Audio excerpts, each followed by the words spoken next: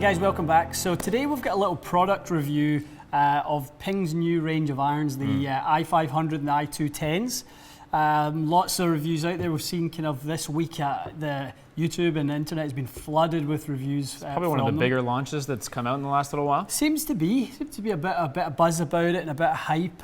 You know, especially i500 being an addition into this new kind of category, like a P790, this hollow construction.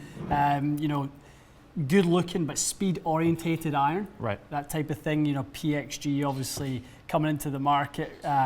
Four or so years ago now, and it seems like they've created a whole new category for this forgiving, but you know, that looks like a player's aesthetics in the iron.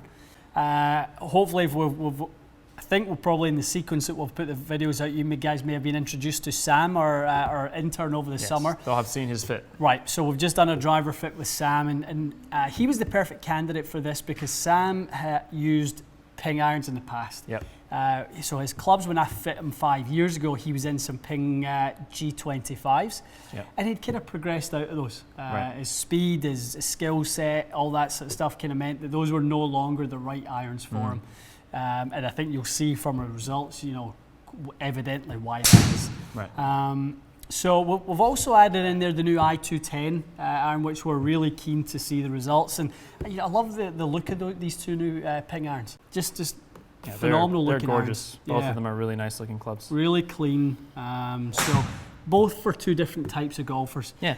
I would say your i210 and even the i-series in general over the years has kind of bucked this trend of stronger lofts, looking for, you know, lower spin, higher launch. They're still in it in their kind of original form. They're still for the guy who's looking to keep the ball in the air a little bit more. Yeah, it's got not a wide sole, but it has some mass down here. You can see that. Yep. Still a player's type iron, but you can see how this is not meant to be sort of like a knuckleball type iron. I mean, if you know, a lot of people call these new kind of category of irons sort of, you know, jacked up, juiced up, whatever you want to call it. You know, whatever you want to call it. Yep. And that's the category i500 would probably fall into. Yep. You know, the first, if I can just get a touch on the first iron that Sam actually hit with the i500, he hit his 7-iron 216 yards. Or 200 yards. Yeah. So I mean, it's essentially this is where people have the argument. Okay, is that just a 6-iron kind of thing? You know, have they essentially just created a 6-iron? But as we're seeing from the data, there's a massive ball speed jump with these. It seemed to be just crazy amount of ball speed coming off of that club face compared to these guys. Yeah. They definitely spun less. I mean, it's a lower spinning iron, no doubt. But I mean, what do you know about the way they built this that would cause it to be so fast? Obviously, the hollow construction being the key. Face flex is obviously, you know, their key components. So the face flex is 5 times more than what they've had in the past. It's an iron that's built for speed. So for that player who, you know, maybe is looking for something that's going to improve their distance, but the characteristics of the wider soles, like the G700 that was launched earlier this year. You know, it's the wider sole. And this is Sam's iron that's got a very wide sole. Very wide sole. Yeah. So for the type of golfer Sam is, he really leans the shaft forward. So he gets a tad steep from time to time, and the wide sole just kind of gets stuck in the ground for him. So quite a bit more narrow when you look at these two side by side. Exactly. Quite a bit. Interesting. So Sam hit his own iron first, hit them quite nicely, carried the ball with his own iron, about 180, you know, roughly. Yeah, about 180. Yeah, about 126 ball speed. We gave him the i500, and all of a sudden he picked up about 6 miles an hour ball speed. Yeah, he picked up an awful lot, which is crazy amount of ball speed for a 7-iron. Yeah. So loft-wise, these are 1 degree stronger than Sam's G25s. Yeah. So we had this one at 31. At standard, 31. They come at 30.5, but we moved it to 31 in our loft and line machine before we started. Okay. So he was actually, interesting enough, I expected it to spin low, but it launched lower than I expected. Yeah. Okay, so it launched at 11, half a degree lower than Sam's, and it didn't spin quite as much. Right. obviously big spike in carry distance, picked up 14 yards. Not really what we needed for Sam. Not for Sam, no. 7 irons were not all about trying to hit distance, obviously. It's all about trying to create a nice set that Sam can have nice progressions in distance and that type of thing. Mm-hmm. So as soon as I saw how far i500 went, I went, this is perfect. Because i210 is going to be higher, less ball speed, and just much easier to control. Yeah. Lo and behold, exactly what he got. Exactly. And that spin range, just over 6,000, is a little bit more in the window you like, right? So good. So what that really does is it improves Sam's angle of descent into the green. Sam's a 13 handicap, and I know most people attribute distance to, oh, Sam must be a better golfer than that. Sam struggles with his distance control with his irons. I've played golf with him. He often will hit a 7 iron 200 yards if he has a bit of a flyer lie. Overdoing them. Yeah. So he needs that spin rate. Talking about flyer lies, he needs that spin rate to regulate his distance. That's interesting. So for those guys out there who, the handicap's a bit higher, but you've got some speed, this iron is an absolute beauty. 210. So I mean, it's clear that the i500 is going to be a good competitor to P790 and stuff like that. Really good, yeah. And I think it's cool that they've offered the retro loft option. Let's talk about that. Yeah. So the retro lofts are, in fact, 2 degrees weaker than their stock offering? Right. So last year, Ping launched what was called Power Spec. Power Spec. So you had your standard loft in the irons, and their kind of idea being that if you want to hit it a bit further and compete with some of the stronger lofted stuff, you can request your irons at Power Spec, which is a little bit stronger in loft. So if we just look at right now, this is the i210s. So standard loft on them is 33. You can get Power Spec, which is 1.5 degrees stronger. So I could get i210 7 iron at 31.5. If you want it, you can request it at that. Gotcha. You can also get it at what's called retro spec. Right. So more of an old school loft spec. So you can actually get it at 35 if you want it. So for the player who kind of leans the shaft forward and is looking to increase that launch and spin, Ping will offer that now. And for someone like Sam, that's probably almost perfect. Like he might want 34, 35 on a 7 iron. Not going to be far away. Certainly 34 would be out the question. A 30 degree 6 iron, a 34 degree 7. 38 degree 8 iron, 42 degree 9 iron, and a 46 degree wedge. Gotcha. That's a nice progression for Sam. That's someone perfect. like him. Yeah. So and to the results, 60, 13 launch, 60, 100 spin. He increased his carry distance with his 7 iron by 5 yards, but the biggest thing was he improved his flight so dramatically. If we actually take away the i500 there, because we wouldn't have him in that one. Looking at those two different flights, I know, such a nice window to fly it through. Well, he picked up 5 yards in a good way. Like he picked up 5 yards, but he also picked up a better, quicker stopping ball flight, which is hard to do. I mean, that's not common to get both in one fit. That's exactly it. So, no, that was good. Talking to those angles of descent. With Sam's own G25, his angle of descent was about 38. The new angle of descent was 44. Wow.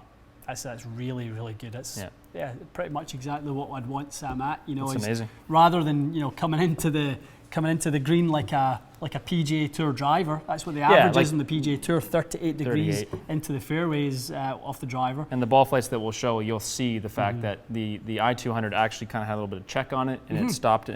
You stopped on the green. You don't want your 7 iron running out 50 yards. It's no good. And in terms of Sam's improvement, where he's going to get his improvement from, it's not distance, obviously. No. It's control of distance and consistency of distance. That's exactly it. Yeah. So for this range of clubs, you've kind of got a little something in there for everyone now. I agree. So I think a lot of people are excited by the look of i500s. They're gorgeous. They really look great. Yeah. I mean, it's kind of a G700 and an iBlade kind of meshed into one, and it just is such a clean look. It's going to, a lot of people are going to really like this. Agreed. It's doing everything right for me in a design standpoint, and take the loft for what you want. Do you want standard spec?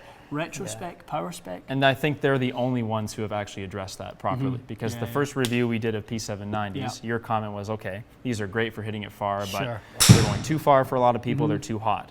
If we weaken them, maybe they're a good fit. But that's you as a professional fitter. That's right. If you buy those off the rack, people don't know that process. So now at least people will be aware, okay, maybe retrospect of these is perfect. Pick up a club of distance and still stop my ball. Just to be honest, for me, more evidence that the people at Ping pay so much attention to what's going on. They really are. They're on such a good trajectory right now for me as a company in every which way. I mean, even the new forged wedges that just came out, which those look nice too. Yeah, they're gorgeous. You know, they're designed by Stan Utley and Andrew Rice. Oh, is that right? Yeah, wow. they had input in the design. Very cool. They're just doing things really, really right just now. I mean, G400 continues to, for us, be the #1 driver in the store. You know, these are going to be a phenomenal addition to our iron matrix. I expect to do very well with both of those irons. G700 has become a fast favourite for the higher handicappers in here. Yep. Really easy to hit, tons of ball speed. Yep. Great in that category. So this gives you kind of the mid-handicap range with a little more distance on it. For the player who needs the help, but doesn't want to go with that G700 look, they go, well, you know, it feels like it's too big for me. That's where the window of this is going to be. And I actually think there's going to be some people out there who gravitate towards that as maybe a long iron option. Yeah, it's I would look at that from a long iron option. You play know, your 5 iron down. Yeah, 3 iron at power spec, get it down to. I mean, let's have a look at what that comes out at to the i210. Because that could basically be a driving iron. You could build yourself. You could build yourself an i500 driving iron. So if you done the 3 iron at power spec, you end up with it 17 degrees of loft. Oh, so you can make a 1 iron. Completely. Yep. So that's cool. Even at standard loft, it's at 18. So that for me is kind of what I play my driving iron at 18. So I think that would be a phenomenal option. Yeah. Very with cool. the design characteristics of that face to you know, increase the launch with the face flex, obviously with the additional speed, but the look of not having extra offset. I think that's what people will, if you go to the store and look at them, you'll notice there's very little offset. They're very blade-like. Yeah. And if you made it as a driving iron, you might like it better than ones that have that kind of chunky back to them. That's right, exactly. But what do you think about it being actually hollow versus having foam in it like the P790s? Because it's interesting. TaylorMade will say that foam is helping the speed. Ping's essentially saying there's nothing in here, and that's helping the face flex more. It's kind of weird how they've gone about it 2 different ways. And PXG, to add them to the conversation, you know, they talk about how their sort of TPE of what they had in the original ones, vibration dampening qualities and that sort of stuff. Yeah, I mean, it's all performance driven. Obviously, I'm sure Ping tested it with and without a sort of a material in there. They just found that it worked best. Because this has a bit of an insert. It does, down in here, the CTP, yep. So, you know, you can actually feel that in there. So, centralized weight port that can, you can actually change the swing weight. Is that right? Yeah, of the club or the head weight. You can customize it. Which is great for you guys building clubs. Yep, it really is. Yep, it's we can request specific head weights. So again. Okay. Ping, as we know, they pay attention to these crucial details. Yeah. Which is great. I mean, we watched a bunch of the reviews already. I didn't see one negative one. I think it's obvious that they're really good. Me neither. We found the same thing, basically. They're great. We really nice absolutely clubs. love them, and definitely something to add to the list of what you guys want to try when you come and get fit. 100%. Cool. Good. Excellent. Guys, hope you enjoyed this. Leave your comments below and what you guys, if you've tried them or what you guys think of them. And we'll get back to you and we'll see you again soon.